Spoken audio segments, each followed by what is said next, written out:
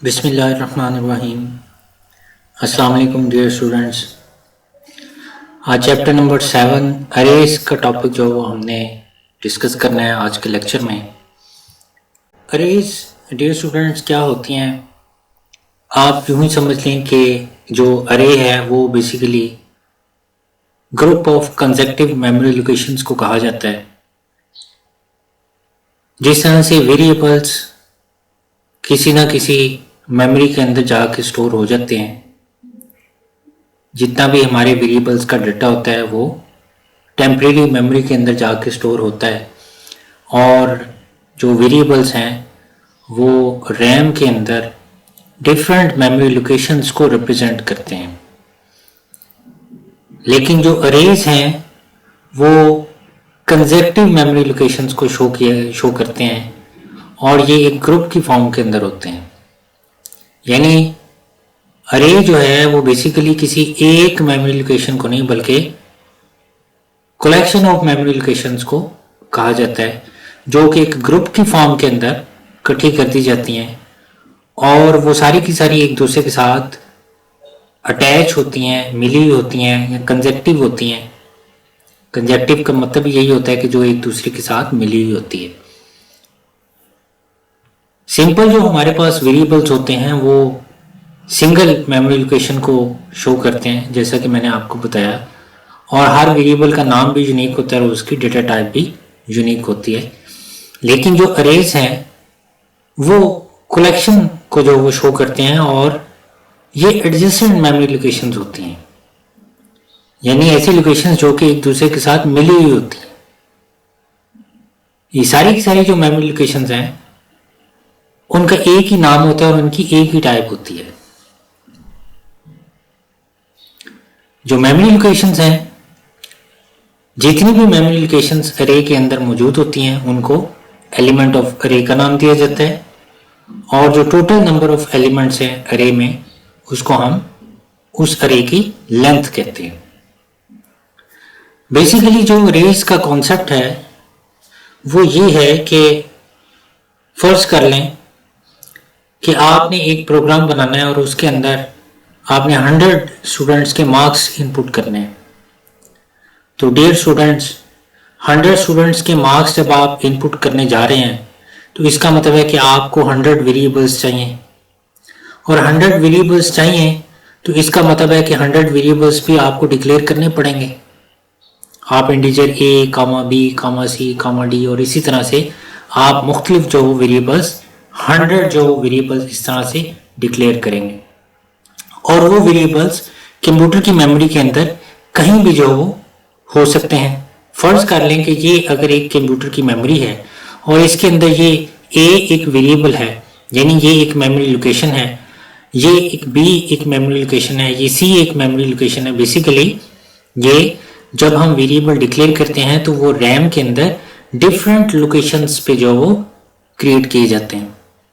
तो इसी तरह से ई भी होगा, एफ भी होगा, जी भी होगा, और इस तरह से 100 वेरिएबल्स इस सारी रैम के अंदर डिफरेंट लोकेशंस पर क्रिएट किए जाएंगे। तो हमें इन 100 वेरिएबल्स के नाम भी याद रखने पड़ेंगे। 100 वेरिएबल्स को डिक्लेयर करते हुए भी टाइम लगेगा। तो ये प्रॉब्लम अरेज ने ओवरकम कर दी। अरेज की मदद से हम 100 मेमोरी लोकेशंस एक सिंगल लाइन के अंदर डिक्लेयर कर सकते हैं। जैसा कि मैंने आपको यहाँ पर बताया कि जो अरे है वो बेसिकली इस अरे के अंदर जो हम मेमोरी लोकेशंस डिफाइन करते हैं उन सारी मेमोरी लोकेशंस का नाम एक ही होता है। तो जब हम 100 मेमोरी लोकेशंस अरे के अंदर क्रिएट करना चाहेंगे तो हम एक सिंगल लाइन के अंदर उनको क्रिएट कर सकते हैं। लेकिन वो जब क्रिएट होंगी तो वो मेमोरी के अंदर कंजेक्टिव होंगी। लाइक जैसे ये आपको ब्लॉक नजर आ रहा है और इसके अंदर 1 2 3 4 5 और 6 मेमोरी लोकेशंस क्रिएट की गई हैं। इसी तरह से अगर आप 100 मेमोरी लोकेशंस क्रिएट करना चाहते हैं तो मेमोरी के अंदर इसी तरह से कंजेक्टिव 100 मेमोरी ब्लॉक्स जो वो क्रिएट कर दिए जाएंगे, और इन मेमोरी ब्लॉक्स का नाम एक ही होगा जो नाम हम रखेंगे। यानी हमें अलग अलग 100 वेरिएबल्स के नाम भी याद रखने की ज़रूरत नहीं है, बस एक ही नाम जो हमने उनको असाइन करना है और एक सिंगल लाइन के अंदर जो हम 100 मेमोरी लोकेशंस को क्रिएट कर लेंगे। ये ज़रूरी नहीं है कि आप 100 जो क्रिएट करना चाहते हैं तो बस 100 ही जो हम क्रिएट कर सकते हैं। हम चाहे तो 1000 क्रिएट करना चाहें तो 1000 भी क्रिएट कर सकते हैं, हमारी मर्जी है। हम जितनी मेमोरी लोकेशंस क्रिएट करना चाहें अरे के अंदर एक सिंगल लाइन के साथ जो वो डिक्लेयर कर सकते हैं। तो इस तरह से जब हमें ज़्यादा वेरिएबल्स को डिक्लेयर करना होता है तो हम फिर इंडिविजुअली जो वो वेरिएबल्स को डिक्लेयर करने के बजाय अरेज को यूज कर लेते हैं। अब मैंने आपको कहा कि जो मेमोरी लोकेशन है अरेज के अंदर तमाम मेमोरी लोकेशंस का नाम भी सेम होता है। तो जब नाम सेम होता है तो फिर उन डिफरेंट 100 मेमोरी लोकेशंस के अंदर हम डिफरेंट स्टूडेंट्स का डाटा किस तरह से स्टोर करेंगे जब नाम सेम होगा।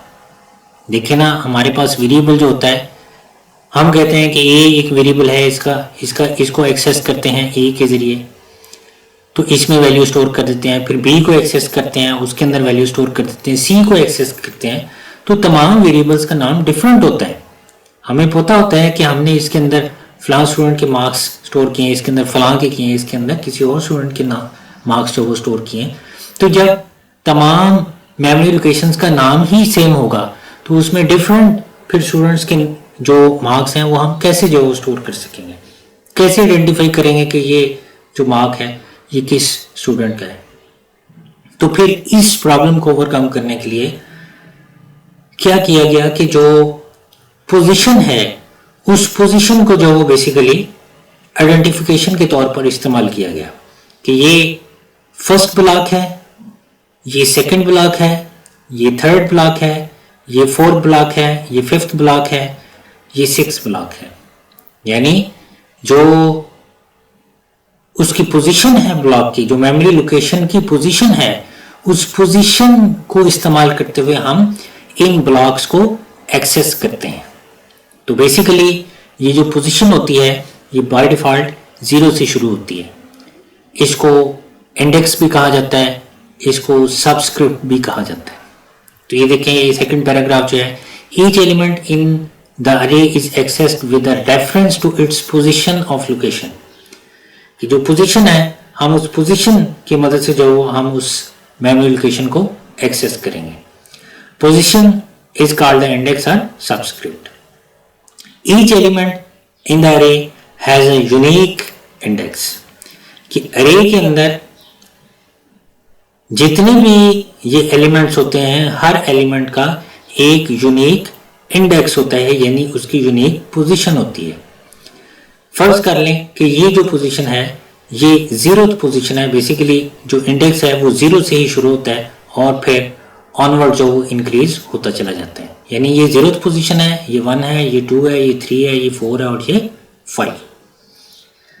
The index of the first element is 0 and the index of the last element is length -1। Total इसकी लेंथ कितनी है जी? 6 है और 6 - 1 करेंगे तो ये कितना हो जाएगा? इसका एलिमेंट 5 हो जाएगा। यानी अगर मैं यहां पर इसकी पोजीशन लिख दूं,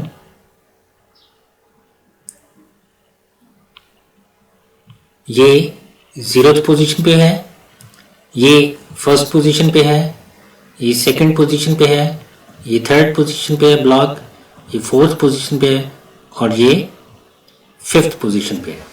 यानी इंडेक्स हमेशा, इंडेक्स ये चेंज नहीं हो सकता, ये हमेशा अरे का इंडेक्स 0 से शुरू होगा और ऑनवर्ड जो वो चलता जाएगा। अब अगर यहां पर 6 ब्लॉक है तो 6 - 1 लास्ट इंडेक्स किसके बराबर आ गया? 5 के। यही यहां पर उसने लिखा हुआ है कि जो एलिमेंट्स की पोजीशन है, जो एलिमेंट्स का इंडेक्स है वो 0 से शुरू होता है और जो लास्ट इंडेक्स होता है उसका नंबर क्या होगा, उसकी पोजीशन क्या होगी कि लेंथ -1। इसकी लेंथ कितनी है? 1 2 3 4 5 6। यानी 6 - 1 करेंगे तो ये 5 जो आ जाएगा, यानी ये फिफ्थ एलिमेंट है। इसी तरह से जब आप इनके अंदर वैल्यूज को स्टोर करना चाहेंगे तो आप इसी पोजीशन इस इंडेक्स की मदद से आप इसको एक्सेस करेंगे। मिसाल के तौर पे जो m है ये हमारे अरे का नाम है, इस पूरी अरे का नाम है जिसके अंदर 6 एलिमेंट्स स्टोर हो सकते हैं। तो मैं अगर कहूंगा कि अगर m सब 0 यानी 0th जो पोजीशन है, यानी m सबस्क्रिप्ट 0th जो है, इसके अंदर क्या स्टोर कर दिया जाए, सपोज मैं कहता हूं 34 स्टोर कर दिया जाए, तो इसके अंदर स्टोर हो जाएगा। फिर अगर मैं यूं कहूं कि n सब 1 के अंदर 56 स्टोर कर दिया जाए तो इसके अंदर 56 आ जाएगा। m सब 2 के अंदर अगर मैं कहूं कि 67 स्टोर हो जाए तो ये स्टोर हो जाएगा। n सब 3 के अंदर मैं कहता हूं 23 स्टोर हो जाए तो इस तरह से, यानी हर इंडेक्स की मदद से हम उसके अंदर उसकी वैल्यू को स्टोर करते हैं। आगे जो एग्जांपल इसने यहां पर दिया है वो यही एग्जांपल जो मैंने आपको पहले दी थी। द अरे इज यूज, अच्छा ये एक लाइन में हो गई, the value of the index is written in the brackets along with the name of array. यानी आपने इसको एक्सेस किस तरह से करना है कि अगर मैं ये कहूं कि m सब 0 इक्वल्स टू 34, तो इसका मतलब ये होगा कि जो m अरे का नाम है और 0 जो है वो 0th इसकी पोजीशन है, तो ये किसके बराबर हो जाएगी, ये 34 के बराबर हो जाएगी। इसी तरह अगर मैं कहूं कि m सब 1 किसके बराबर हो जाए, 56 के, तो ये इस तरह से ये 56 के बराबर हो जाएगा। तो इस तरह से हम अपने अरे के हर एलिमेंट को उसके इंडेक्स की मदद से एक्सेस करते हैं और जितने भी इसके एलिमेंट्स होंगे हर एक को हम इस तरह से एक्सेस करेंगे। तो इससे एक तो फायदा ये हो जाता है कि हमें इंडिविजुअल वेरिएबल्स के नाम याद नहीं रखने पड़ते। जैसे यहाँ पर 100 वेरिएबल्स होंगे तो हर एक का नाम याद नहीं रखना पड़ेगा, सिर्फ पोजीशन जो हमें ये जो यूज करनी है कि 0th पोजीशन पे ये है, 1 पोजीशन पर ये है। तो ये हम आगे जो टेक्निक हम यूज कर सकते हैं, लाइक जैसे आपका रोल नंबर होता है तो रोल नंबर वाइज भी जो हम इसको जो स्टोर कर सकते हैं। बहरहाल ये लॉजिक जो हम आगे जो यूज करेंगे। आगे नेक्स्ट वो ये कहता है कि array are used to store a large amount of similar kind of data. Array जो होती है इसके अंदर सिमिलर जो टाइप का डेटा होता है वही हम स्टोर करते हैं। मिसाल के तौर पे अगर m है तो मैंने इसको अगर इंटीजर कहा तो ये सारे के सारे 100 ब्लॉक्स के अंदर मैं सिर्फ इंटीजर टाइप की वैल्यू से जो स्टोर करूंगा, मैं कोई करैक्टर टाइप की वैल्यू नहीं स्टोर कर सकता इस पे। अगर आपने नेम की एक अरे डिक्लेयर करनी है तो फिर आपको वो एक सेपरेट जो नेम की अरे जो डिक्लेयर करनी पड़ेगी, उसकी टाइप जो वो आप करैक्टर या स्ट्रिंग जो भी रखना चाहें वो आप रख सकते हैं।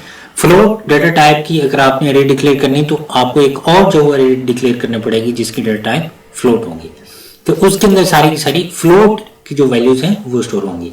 ऐसा नहीं हो सकता कि एक अरे के अंदर हम इंटीजर वैल्यू भी स्टोर करना चाहते हैं और फ्लोट भी स्टोर करना चाहते हैं, तो ये पॉसिबल नहीं है, क्योंकि ये लाइक एक कंटेनर है जिसके अंदर सेम डेटा टाइप की जो वैल्यूज हैं वो स्टोर की जाती हैं। तो चूंकि इंटीजर जो वो 2 बाइट्स का होता है तो 2 बाइट्स की जो वो ये मेमोरी लोकेशन सारी जो वो क्रिएट कर दी जाती हैं। अगर आप फ्लोट कोई वैल्यू देंगे तो वो चूंकि 2 बाइट्स इंक्रीज कर जाती हैं, इसलिए वो वैल्यू जो फिर इसके अंदर स्टोर नहीं हो सकती। तो इसलिए हमेशा जब भी हम अरे डिक्लेयर करेंगे वो सेम डेटा टाइप की होगी। उसके अंदर अगर मैंने इंटीजर कह दिया तो इंटीजर वैल्यूज ही स्टोर होंगी, अगर फ्लोट कह दिया तो फ्लोट वैल्यूज ही स्टोर होंगी। फिर इसी तरह से वो कहता है कि suppose user want to store the marks of the 100 students and declare the 100 variables. It is time consuming process to use these variables individually. These process can be simplified by using the array. An array of the 100 element can be declared to store these values instead of 100 individual variables। उसके बाद हम आगे चलते हैं कि आपने अरे को डिक्लेयर किस तरह से करना है। अरे को डिक्लेयर करने के लिए वो कहता है डिक्लेयरिंग 1 डायमेंशनल अरे। 1 डायमेंशनल अरे एक ऐसी अरे होती है जो कि एक लिस्ट की सूरत में होती है। मिसाल के तौर पे जैसे ये एक लिस्ट की सूरत में है, इसको वन डायमेंशनल अरे का नाम दिया जाएगा। तो वो कहता है कि list is known as one dimensional array. It is also called single dimensional array और linear list. It consist of one column और वन रो। आप इसको वर्टिकली भी बना सकते हैं, आप इसको हॉरिजॉन्टली भी बना सकते हैं, आपकी मर्जी है। बस इसकी फिजिकली रिप्रेजेंटेशन है कॉपी पे कि आपने किस तरह से करनी है, रो वाइज बना लें या आप कॉलम वाइज बना लें। द प्रोसेस ऑफ स्पेसिफाइंग अरे name, length and data type is called अरे डिक्लेरेशन। अरे को डिक्लेयर करने के लिए आपको तीन चीजें चाहिए, अरे का नाम, उसकी लेंथ और उसकी डेटा टाइप। तो ये तीन चीजें आप मेंशन करेंगे तो अरे जो वो डिक्लेयर हो जाएगी। जिस तरह से आप वेरिएबल की डेटा टाइप और वेरिएबल का नाम मेंशन करते थे तो वेरिएबल डिक्लेयर हो जाता था, वैसे ही आप जब जो अरे का नाम, अरे की डेटा टाइप और उसकी लेंथ आप मेंशन करेंगे तो अरे भी जो डिक्लेयर हो जाएगी। मिसाल के तौर पे जैसे मैं कहता हूं कि अरे का नाम, अरे की डेटा टाइप, सबसे पहले आपने जो मेंशन करनी, सपोज मैं कहता हूं कि अरे की जो डेटा टाइप है, मैं एक इंटीजर टाइप की अरे डिक्लेयर करना चाहता हूं और मैंने कहा कि जो मेरी अरे का नाम है वो है m, और फिर उसकी आपने लेंथ जो वो ये इन ब्रैकेट्स के अंदर मेंशन कर देनी। सपोज मैंने कहा कि हमारे पास 6 एलिमेंट्स की जो वो अरे डिक्लेयर हो जाए तो ये 6 एलिमेंट्स की अरे डिक्लेयर हो जाएगी। ये देखें, ये इसका सिंटैक्स है, पहले डेटा टाइप, तो ये मैंने डेटा टाइप मेंशन कर दी, फिर उसके बाद आइडेंटिफायर, ये अरे का नाम है, आपकी मर्जी है या आप वही जो वेरिएबल नेम के रूल थे वही इसके भी रूल्स हैं, और फिर आगे आपने लेंथ मेंशन कर देनी। तो मैंने यहाँ पर 6 मेंशन किया तो ये 6 एलिमेंट्स की अरे ये देखिए यहाँ पर डिक्लेयर हो जाएगी। उसके बाद यहाँ पर ये देखें डेटा टाइप क्या होती है, आपको पता है डेटा टाइप आपने पढ़ ली हुई है, इंटीजर है, फ्लोट है, यानी जिस टाइप का डेटा आपने उस अरे के अंदर स्टोर करना है वो डेटा टाइप आपने यहाँ पर मेंशन कर देनी। आइडेंटिफायर बेसिकली अरे का नाम होता है। लेंथ ये इंडिकेट करती है कि अरे के अंदर कितने एलिमेंट्स हम स्टोर करेंगे, यानी कितने वेरिएबल्स का डेटा जो हम स्टोर करेंगे। ये भी यहाँ पर एग्जांपल दी गई है, इंटीजर मार्क्स सब 5।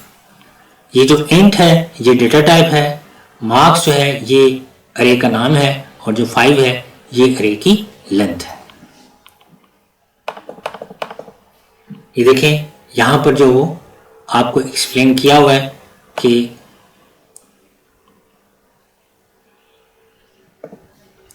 इस एग्जांपल के अंदर ये जो मार्क्स है ये बेसिकली इसके 5 एलिमेंट्स होंगे, ठीक है, और हम 5 स्टूडेंट्स के मार्क्स जो इस अरे के अंदर स्टोर कर सकते हैं और वो मार्क्स इंटीजर टाइप के होंगे।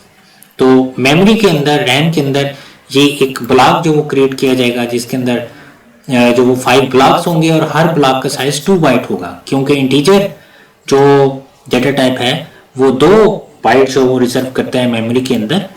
तो ये 2 बाइट का एक ब्लॉक बनाया जाएगा, फिर अगले 2 बाइट का दूसरा ब्लॉक, फिर उससे अगले 2 बाइट का तीसरा ब्लॉक, और इस तरह से ये 5 ब्लॉक जो बना दिए जाएंगे। और मैंने आपको पहले भी बताया कि जो इंडेक्स है वो 0 से शुरू होता है, पहला इंडेक्स 0 है, फिर 1 है, फिर 2 है, फिर 3 है, फिर 4 है, और इस तरह से ये हर इंडेक्स को ऑटोमेटिकली ये वैल्यू जो असाइन कर दी जाती है। हमने सिर्फ उसको डेटा टाइप बतानी है, अरे का नाम बताना है और उसकी टोटल नंबर ऑफ एलिमेंट्स बताने हैं। बस पोजीशन उसने खुद ही इसकी सेट करनी है मेमोरी के अंदर। हमने ये मेंशन नहीं करनी कि पहले ब्लॉक को 0 दे दो और दूसरे ब्लॉक को जो 1 असाइन कर दो, नहीं। ये सारी जो फिजिकली इसकी रिप्रेजेंटेशन है वो मेमोरी के अंदर खुद ही सेट होनी है। हमने इस अरे को डिक्लेयर करने के बाद सिर्फ फिर हमने इसके अंदर अपनी वैल्यूज को स्टोर करना है। तो अब मैं आपको एक एग्जांपल देता हूं कि ये मेरे पास डिव है। अगर मैं इंटीजर टाइप की अरे जो डिक्लेयर करना चाहता हूं मार्क्स के नाम से, जिसके अंदर 5 एलिमेंट्स हों, तो ये जो है ये मेरे पास ये 5 एलिमेंट्स की एक अरे डिक्लेयर हो जाएगी। अगर मैं यहाँ पर 50 लिख देता हूँ तो ये 50 एलिमेंट्स की अरे डिक्लेयर हो जाएगी। अगर मैं यहाँ पर 150 कर देता हूँ तो 150 एलिमेंट्स की अरे डिक्लेयर हो जाएगी, यानी मैं 150 वैल्यूज इसके अंदर स्टोर कर सकता हूँ। तो इसके अंदर जो जो आप वैल्यूज बढ़ाते जाएंगे उतनी बड़ी अरे जो है ये क्रिएट करता जाएगा। लेकिन ये भी आपने ख्याल रखना है कि आपने जो ऐसे ही फजूल में अरे नहीं इतनी लेंथी जो वो क्रिएट कर लेनी, क्योंकि मेमोरी के अंदर उतनी ब्लॉक्स उनको उतने ब्लॉक्स को जो क्रिएट किया जाता है तो उतनी मेमोरी आपकी कंज्यूम होनी है। अगर इंटीजर टाइप की है तो इसका मतलब है कि 2 बाइट जो वो हर एलिमेंट के लिए रिजर्व होने हैं। तो अगर आप यहाँ पर जो 5 जो या 15 एलिमेंट्स की अरे डिक्लेयर करते हैं तो इसका मतलब है 2 बाइट्स हर ब्लॉक के लिए होंगे, तो इसका मतलब है 30 बाइट्स जो वो यहाँ पर रिजर्व कर लिए जाएंगे। तो उतनी ज्यादा जो फिर मेमोरी कंज्यूम होगी। तो इसलिए जितनी आपने वैल्यूज स्टोर करनी है उतने एलिमेंट्स की आपने ये अरे यहाँ पर डिक्लेयर करनी है। उसके बाद है हमारे पास कि आपने इसके अंदर अपना डेटा किस तरह से स्टोर करना है, यानी अरे को इनिशियलाइज आपने किस तरह से करना है। तो जो इनिशियलाइजेशन है उसमें क्या है, आपको जिस तरह से मैंने बताया था कि वेरिएबल को इनिशियलाइज किस तरह से किया जाता है, आपको मैंने बताया था कि पहले वेरिएबल की डेटा टाइप, फिर वेरिएबल का नाम, फिर इक्वल और फिर आगे कुछ ना कुछ वैल्यू आप देंगे तो उस वेरिएबल को हम उस वैल्यू से इनिशियलाइज कर देंगे। वैसे ही अरे को अगर आप इनिशियलाइज करना चाहते हैं तो किस तरह से करेंगे, the process of signing the value to array elements at the time of array declaration is called array initialization. यानी जब आप अपनी अरे को डिक्लेयर करते हैं, डिक्लेयर करने के साथ ही अगर आप उसको वैल्यूज भी जो सेट कर देते हैं तो फिर उसको हम अरे इनिशियलाइजेशन का नाम देते हैं। तो वो कहते हैं the values are separated with commas and enclosed with in braces. ये जो ब्रेसेस हैं, कर्ली ब्रेसेस हैं, उनको आपने यूज करना है और इनके दरमियान आपने हर वैल्यू के गिर्द कॉमा लगाना है। मिसाल के तौर पे अगर ये देखें एग्जांपल है कि अगर 5 एलिमेंट्स की अरे थी और उसके अंदर जो आप 5 एलिमेंट्स को जो स्टोर करना चाहते हैं तो हर एलिमेंट के दरमियान में सेपरेटर के तौर पे आपने कॉमा यूज करना है। तो ये 5 की 5 जो एलिमेंट्स हैं उनके अंदर जो है वो ये वैल्यूज स्टोर हो जाएंगे। यानी अगर मैं इसके अंदर यहीं पर इसको अगर किसी वैल्यू से इनिशियलाइज करना चाहूं तो मैं इन कर्ली ब्रैकेट्स के अंदर मैं 5 वैल्यूज जो मेंशन कर दूंगा और वो 5 की 5 जो वैल्यूज हैं वो इसके अंदर स्टोर हो जाएंगे। 1 2 3 4 और ये 5। तो ये हमारे पास जो अरे होगी, अरे का जो 0th इंडेक्स होगा उसके अंदर 34 स्टोर होगा, 1 के अंदर 45, 2 के अंदर 12 और 3 के अंदर 39 और 4 के अंदर 40। इस तरह से ये हर एलिमेंट के अंदर वो वैल्यू स्टोर हो जाएगी। उसके बाद यहाँ पर ये देखें, ये फिजिकली रिप्रेजेंटेशन जो वो करके उसने दिखाई है कि अगर आप ये वैल्यूज दे देते हैं उसको इनिशियलाइजेशन के तौर पर तो मेमोरी लोकेशंस के अंदर उसी लिहाज से जो पहले आपने वैल्यू दी वो पहले इंडेक्स के अंदर स्टोर होगी, जो दूसरी आपने वैल्यू दी वो दूसरे जो वो पोजीशन के अंदर स्टोर होगी और उसी सीक्वेंस के साथ वो यहाँ पर वैल्यूज को स्टोर कर देगा। यहाँ पर एक नोट है और वो नोट ये है कि एन अरे साइज कैन बी ओमिटेड, कि जो अरे साइज है उसको हम छोड़ सकते हैं।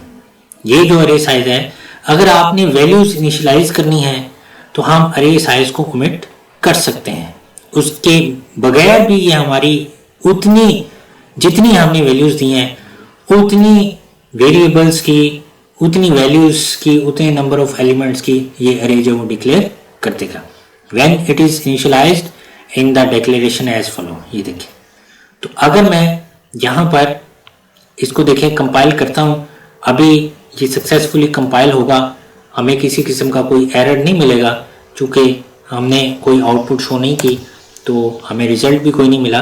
तो मैं अगर यहाँ पर अरे का साइज मेंशन नहीं करता लेकिन चूंकि मैंने वैल्यूज मेंशन की हुई हैं, उसको इनिशियलाइज किया हुआ है, तो कंपाइलर समझ जाएगा कि 5 वैल्यूज कर्ली ब्रेसेस के अंदर दी हुई है तो इसका मतलब है कि 5 एलिमेंट्स की ही अरे जो उसने डिक्लेयर करनी है।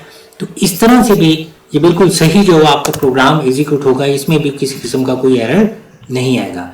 लेकिन बेटर वे यही है कि अगर क्वेश्चन में आपको ये कहा गया है कि आपने 100 एलिमेंट्स की अरे डिक्लेयर करनी तो आप 100 एलिमेंट्स की ही अरे डिक्लेयर कर लें। ये बिल्कुल जो वो इनिशियल स्टेज होती है कि हम अपनी वैल्यूज जो वो यहाँ पर इनिशियलाइज कर दें। आइंदा आने वाले प्रोग्राम्स में आप देखेंगे कि हम वैल्यूज को इनिशियलाइज नहीं करेंगे, हम यूजर से वैल्यू डिमांड करेंगे। तो जब यूजर से वैल्यू डिमांड करेंगे तो फिर इनिशियलाइज तो पॉसिबल ही नहीं है। तो फिर हमें मस्ट यहाँ पर वेरिएबल जितने हमने एलिमेंट्स को स्टोर करना है उतनी लेंथ जो हमें यहाँ पर मेंशन करनी पड़ेगी। तो इसलिए उसकी बात है कि ये तो था कि आपने एट वंस सारे के सारे एलिमेंट्स के अंदर जो वो डेटा स्टोर कर दिया और उसको स्टोर करने के बाद जो वो फिर जो वो एट वंस जो वो आपने डेटा जो वो स्टोर कर दिया है। तो अगर आपने इंडिविजुअली जो वो एलिमेंट्स के अंदर डेटा स्टोर करना है, हर एलिमेंट के अंदर अलग अलग अगर आपने डेटा स्टोर करना है तो फिर वो किस तरह से करेंगे। तो वो स्टोर करने के लिए ये देखें कि आपने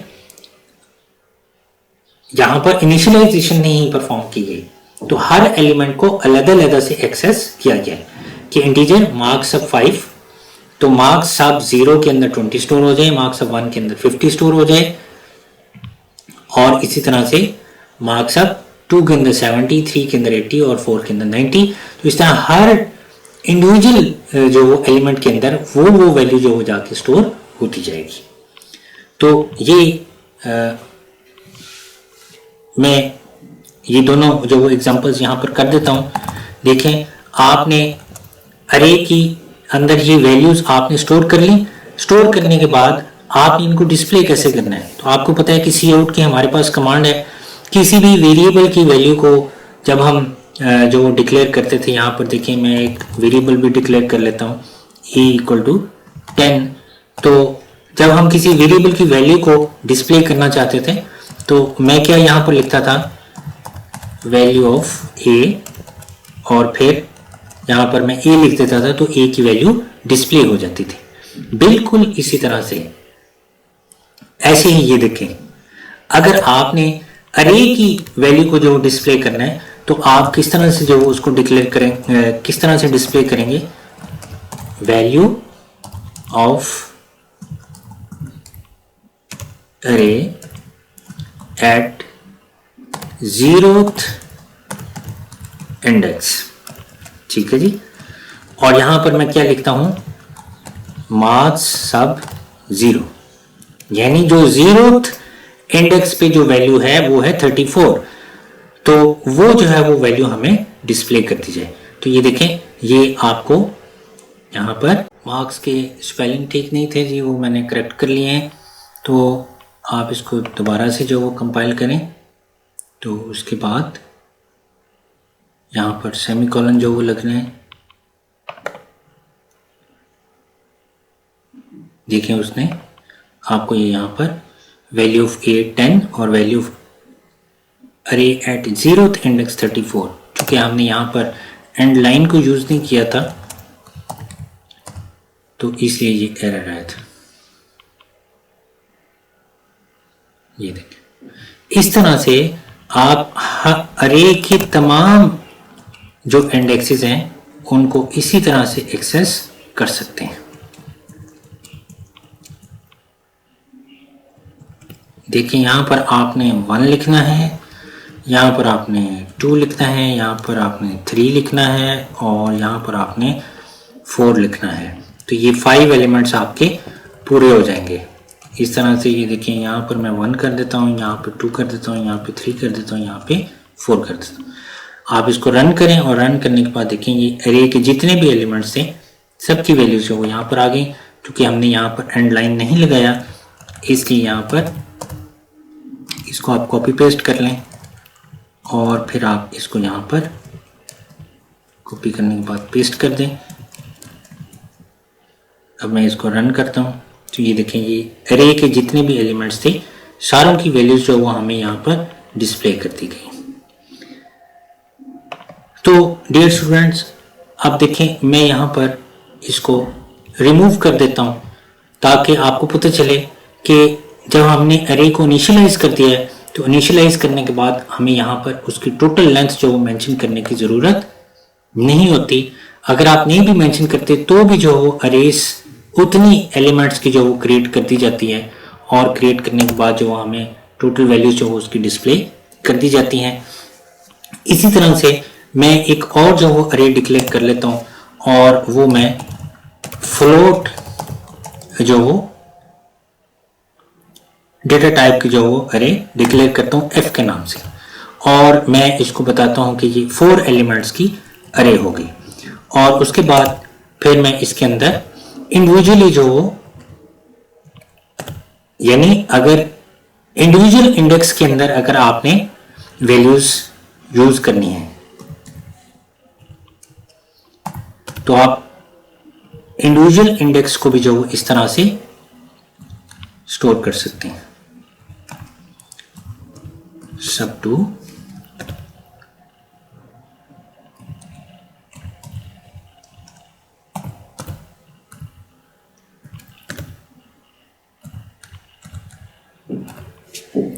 4 एलिमेंट्स थे 0 1 2 3, यानी ये 4 एलिमेंट्स हो गए। तो इसी तरह से हम इसको भी जो डिस्प्ले कर सकते हैं। मैं यहां पर उसको बताता हूं cout, और यहां कहता हूं float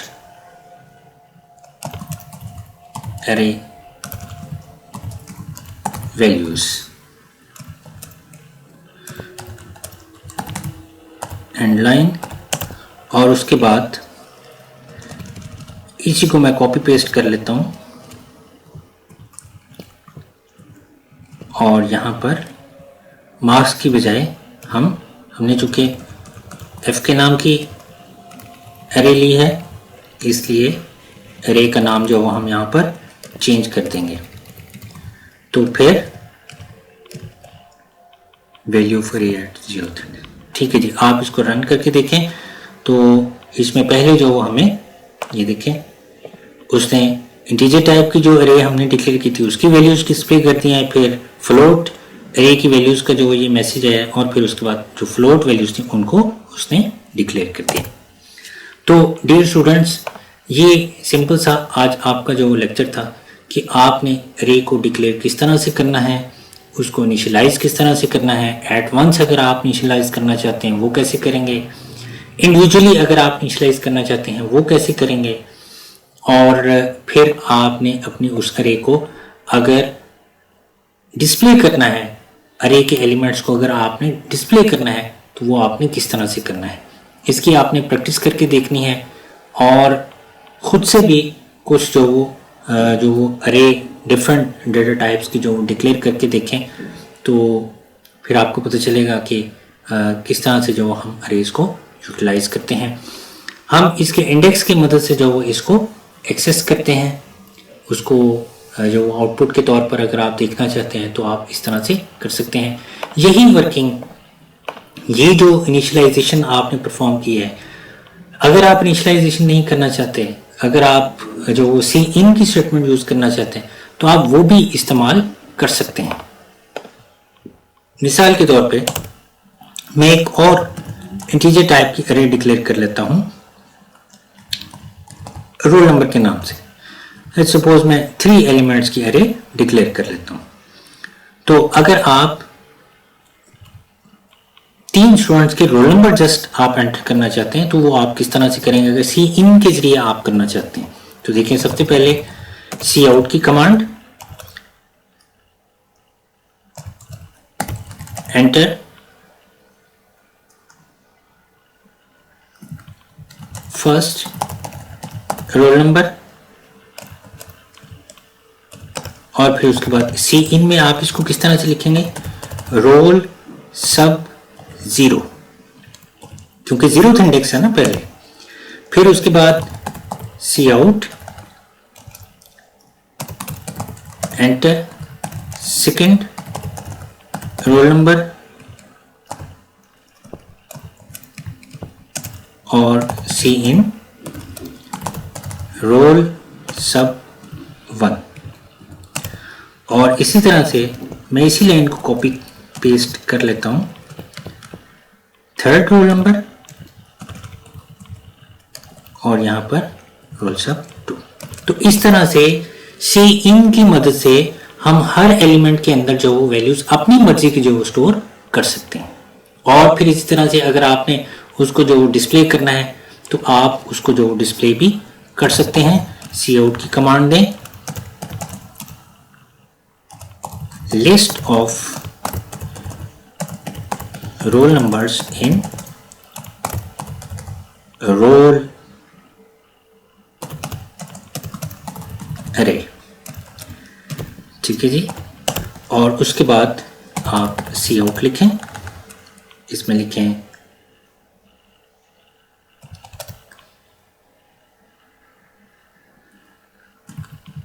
first roll number at 0th index is, और फिर उसके बाद रोल सब 0 बता दें। उसके बाद आपने एंड लाइन भी बताना है। तो इस लाइन को आप कॉपी पेस्ट कर लें। यहां पर फर्स्ट की बजाय सेकंड आ जाएगा, यहां पर थर्ड आ जाएगा, यहां पर फर्स्ट आ जाएगा और यहां पर सेकंड आ जाएगा। इसी तरह से फर्स्ट पोजीशन, यहां पर सेकंड पोजीशन। तो सेव करने के बाद मैं इसको रन करता हूं। ये देखें, ये पहले उसने वैल्यूज को यहां पर डिस्प्ले किया। उसके बाद मैं बता देता हूं कि पहले जो रोल नंबर है वो रोल नंबर है जी 34 340, बल्कि बता देता हूं। जो दूसरा रोल नंबर है वो 256 है, जो तीसरा रोल नंबर है वो 897 है। तो देखिए, उसके बाद उसने ये हमें ये मैसेज दिया और उसके बाद first roll number is index at this one this one this one. अब यहाँ पर चूंकि मैंने स्लैश एन नहीं लगाया था, इसलिए ये यहाँ पर उसने इस लाइन के एंड पे, चूंकि मैंने एंड लाइन नहीं लगाया था तो इसलिए ये एंड लाइन भी यहाँ पर नहीं हुआ है। तो यहाँ पर आप एंड लाइन लगा दें और यहाँ से आप स्लैश एन बेशक छोड़ दें, कोई फर्क नहीं पड़ता है।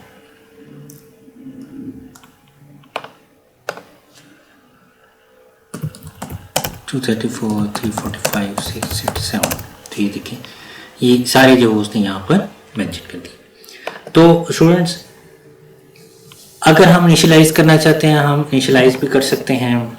हम इंडिविजुअली वैल्यू स्टोर करना चाहिए, इंडिविजुअल वैल्यूज भी स्टोर कर सकते हैं। और अगर हम सी इन से वैल्यूज लेना चाहें तो सी इन से भी वैल्यूज ले सकते हैं। तो कल हम इससे जो शॉर्टेस्ट वे है, शॉर्टकट है इसका, कि ये हमें इतना ज़्यादा जो लिखना पड़ता है सी इन के अंदर और सी आउट के अंदर, वो ना लिखना पड़े। ये हम जो कल वाले लेक्चर में देखेंगे कि हम इसको ज़्यादा स्मार्ट किस तरह से बना सकते हैं, कि ये इतनी ज़्यादा जो बार बार एक ही लाइन जो हमें लिखनी पड़ती है, और ये अगर 100 एलिमेंट्स होंगे तो क्या हमें 100 लाइन्स जो यहाँ पर सी आउट की जो प्रिंट करनी पड़ेंगी, क्या यहाँ पर 100 टाइम जो वो सी इन जो वो करना पड़ेगा, तो ये बहुत ज़्यादा लेंथी प्रोसेस हो जाएगा। तो कल हम इस लेक्चर को दोबारा कंटिन्यू करेंगे और देखेंगे कि हम इसको ज़्यादा एफिशिएंट और ज़्यादा स्मार्ट जो वो किस तरह से बना सकते हैं। अपना ख्याल रखिएगा। अल्लाह हाफिज़।